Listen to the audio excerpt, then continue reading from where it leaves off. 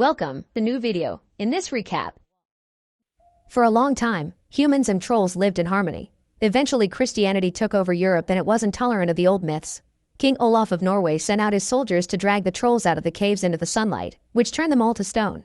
The soldiers traveled the country to kill every troll they could find, and soon the trolls became scared of Christian symbols like church bells. The massacre left the land without a single troll to be seen. This story was told to a little girl by her father before bedtime, inspiring her to become a paleontologist. 30 years later in the Jotunheimen Mountains, a mysterious man enters a cabin.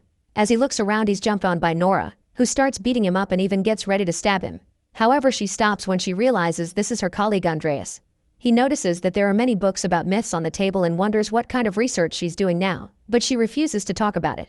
Andreas has come to ask Nora for her help, since 3 years ago her knowledge helped the military defeat a huge troll they found in the mountains. She even was part of the troll commission, but she quit when she realized the new government wasn't different from the previous corrupt one. Now she has a restraining order from the palace. Among her things he finds his book, and Nora thanks him for dedicating it to her dad, who died during the last troll attack. Andreas points out that her father would have liked her to see what he's found, and Nora finally agrees to go with him. During the helicopter ride, Andreas makes Nora sign a confidentiality agreement. Instead of her name, she writes Tiny Trolley Molly. They arrive at the Mork power station and meet with Professors Moeller and Wangle, who also were around during the last troll attack. The professors take Nora down a tunnel while telling her about the Allied sabotage operations during World War II. They claimed it was a race to develop the first atomic bomb, but that was just a cover for the search for Jotun, a massive troll that now appears in front of Nora's eyes. There are several scientists conducting research on this troll, and UV lights have been installed around him for safety. Project leader and evolutionary biologist Marion introduces herself and reveals she didn't want Nora to get involved. Andreas points out that the project wasn't making any progress and it would get shut down, so he had to act. Marion explains that the troll is hibernating and the only sign of life is pulse, but his DNA has more in common with plants than humans. Then Andreas takes Nora to an office, where they meet with Sigrid, who is also part of their last adventure. Andreas and Sigrid got together and now she's pregnant. In this room there are thousands of ancient texts about trolls, including Olaf's original troll law from the year 1030. There's a part missing, but it appears to expel the trolls from his land. The group is worried that there may be more trolls hiding in the country and they want to be ready in case of another attack, so they need Nora's help. Unsure of what to do, Nora tells them she needs the bathroom and leaves, but she actually returns to the room with Jotun. She takes the elevator to the highest platform and touches his nose as she starts to hum. Nora is disappointed when nothing happens, but the main computer detects a change in vitals. When she's about to leave, Jotun wakes up and looks at her. The group rushes into the room as the troll starts to move, only to discover he's chained up. Moeller orders the guard to activate the UV lights, but Marion doesn't want to kill the troll, so she spills coffee on the controls. The machine sparks and the lights stop working. While Nora gets in the elevator, everyone in the building panics and runs away. Jotun breaks the chains and hits the elevator, sending the cabin flying. Nora holds on and manages to survive when the elevator slides on the ground, although Andreas has to open it and help her out. Moeller sees a troll sample rolling near him and takes it before running away too. Jotun is already advancing through the lab and steps on Wangle, instantly killing him. Andreas and Nora join Sigrid and Marion on the stairs and rush to the emergency exit to escape. At that moment Jotun destroys the building to get out and stares at the group for a second before walking away. Moments later a helicopter takes the team to an Air Force base in Rampage, where they meet with another friend from their previous adventure, Chris, who has been promoted to major. While they wait in a conference room, Nora starts arguing with Marion for not taking better care of Jotun. They're interrupted by the arrival of Prime Minister Brinchman, who says he always thought the project was too risky. Marion still wants to capture the troll for research, while Nora points out that you can't control the forces of nature. Brinchman would love to continue the research, but his priority is saving his people, so he wants the military to kill Jotun. Nora gets furious because last time they killed an innocent troll, so Brinchman reveals he lost his brother during that attack and he doesn't want to make the same mistakes. After the meeting, Andreas sees Nora holding a piece of stone. It's part of the last troll they killed, and she carries it as a reminder of her errors. Andreas reveals he did the same and says that people grow from mistakes so they can keep fighting. Feeling inspired, Nora drags Andreas to Chris' meeting with his team. He gives them instructions on how they'll attack the troll and sends them to get ready.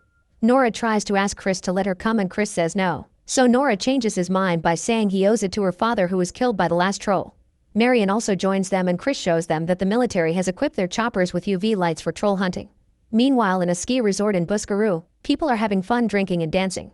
Suddenly the building starts shaking and the disco ball falls in the middle of the dance floor. The crowd hears some growling before Jotun rips off the ceiling and peeks inside.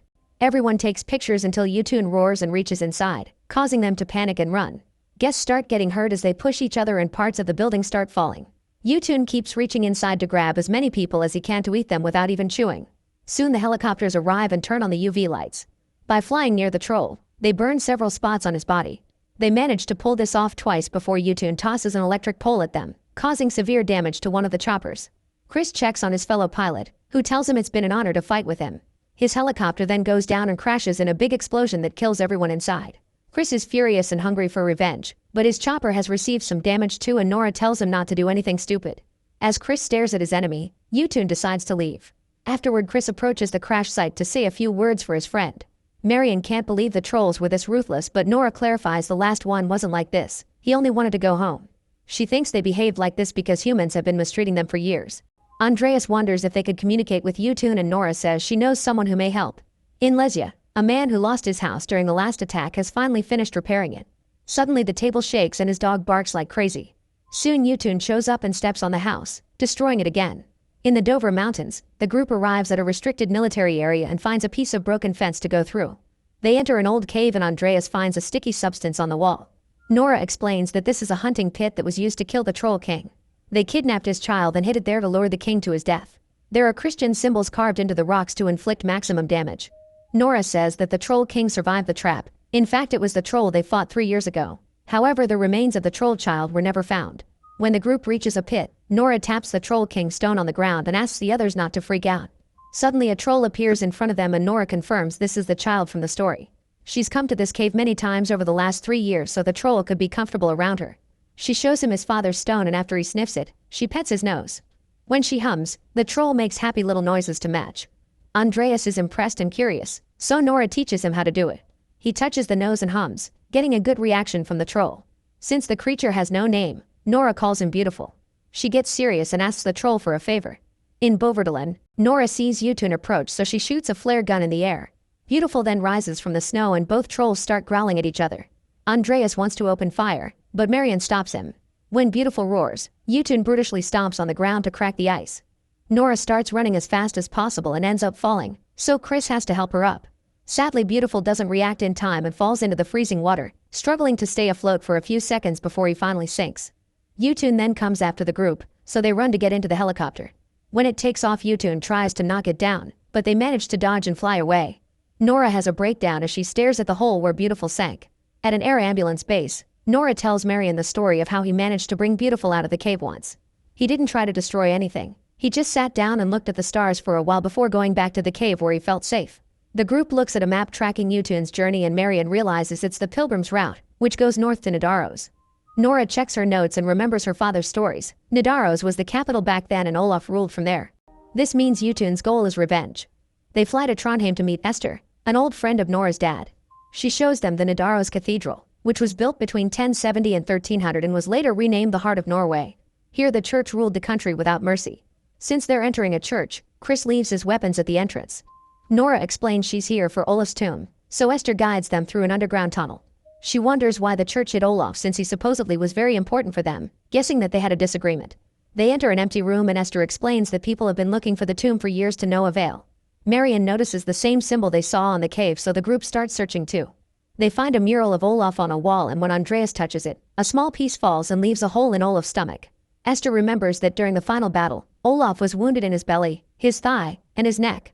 She touches all those spots and pieces of the wall come loose to reveal holes where the wounds should be. Nora inserts torches in the holes and as she starts turning them, they can hear mechanical noises in the wall. When the 3 torches are fully turned, a door appears and Andreas helps her open it. The group enters the chamber on the other side and finally finds Olaf's tomb in the middle of a pond. Nora wants to open the coffin and Esther thinks it'd be disrespectful, so Nora has to remind her that it's an emergency. They push the heavy lid together and inside they find Olaf's skeleton holding his sword. Since it's made of silver it hasn't rusted, but it also means it's useless as an actual weapon. Inside Olaf's pocket they find the missing piece of the troll law. The group leaves the chamber to send a picture of the paper to Sigrid, who puts it together with the half in the institute. Now they can read the complete text and learn that Olaf was against kicking the trolls out of the country. The church killed him so they could carry on the massacre. Yutun doesn't want revenge on Olaf, he wants revenge on humanity. Meanwhile, videos of the attack on the resort and the man's destroyed house have gone viral and are appearing on media all over the world. The governments of other countries are worried about what the troll may do and threaten to take action if necessary. Brinchman appears at a press conference and explains they're evacuating all the people on the Pilgrim's Route, but he has no answer for the reporter asking how he'll solve this. Chris is called back to the base, but he ignores the message and stays with his friends so they can fight together. The group wonders what Olaf used to fight trolls back in the day, since silver isn't strong. Nora remembers the pond and dips a knife in holy water before touching the Troll King stone with it.